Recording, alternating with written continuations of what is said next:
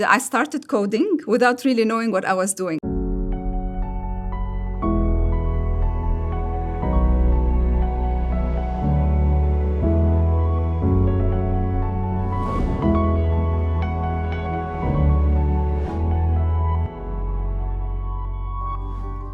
I'm Hiba Al-Khoury. I work at Imperial College, building research partnerships between businesses and the academics to get more ideas out of the lab into the field.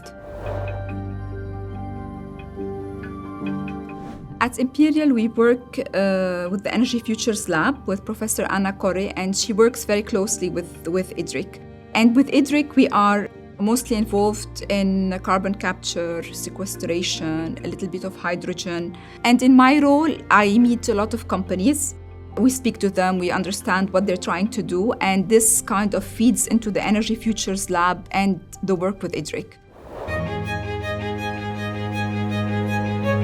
So I work on both creative industries, fashion, media, etc., and extractive industries, oil and gas and energy, to achieve net zero and decarbonization. And you might think that these two industries are very far from each other, but in fact, the extractive industries had social and environmental pressures early on, so there's a lot of lessons learned that we can bring into creative industries.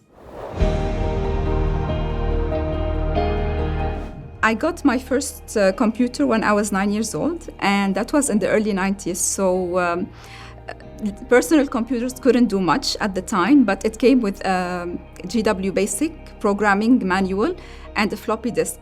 And I started coding without really knowing what I was doing. I was just enjoying the typing and the output. But then I realized, no, this is coding. You can do a lot more work using computers. And I wanted to specialize in computer engineering. I started this major, and then I specialized in electrical and renewable energy.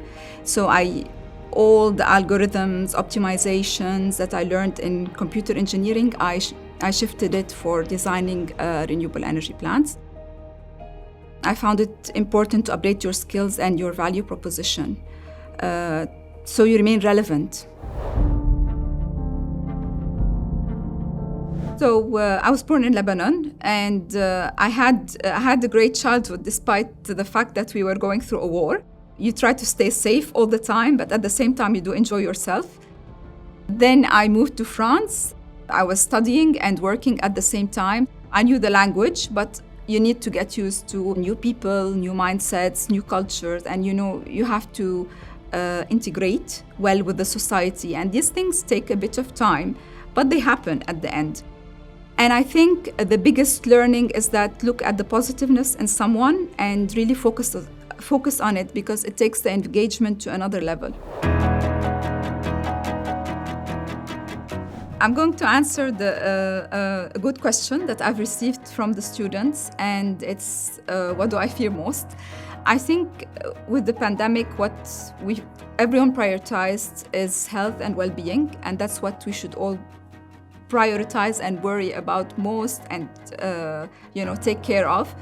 But having said that, it is okay sometimes to have concerns, worries, and sometimes to be afraid a little bit, but we shouldn't be afraid to dare. That's the most important thing.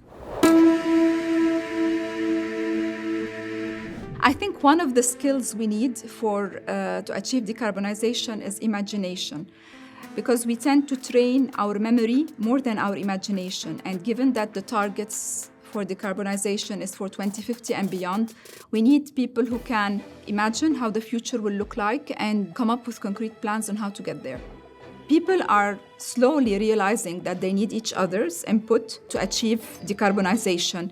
And the most successful people are not those who come from a certain background or gender or geography. Rather, it is people, from my experience with IDRIC and at Imperial, it's people who have high ethics, very, very good ethics, people who are collaborative, and people who are open to try new things.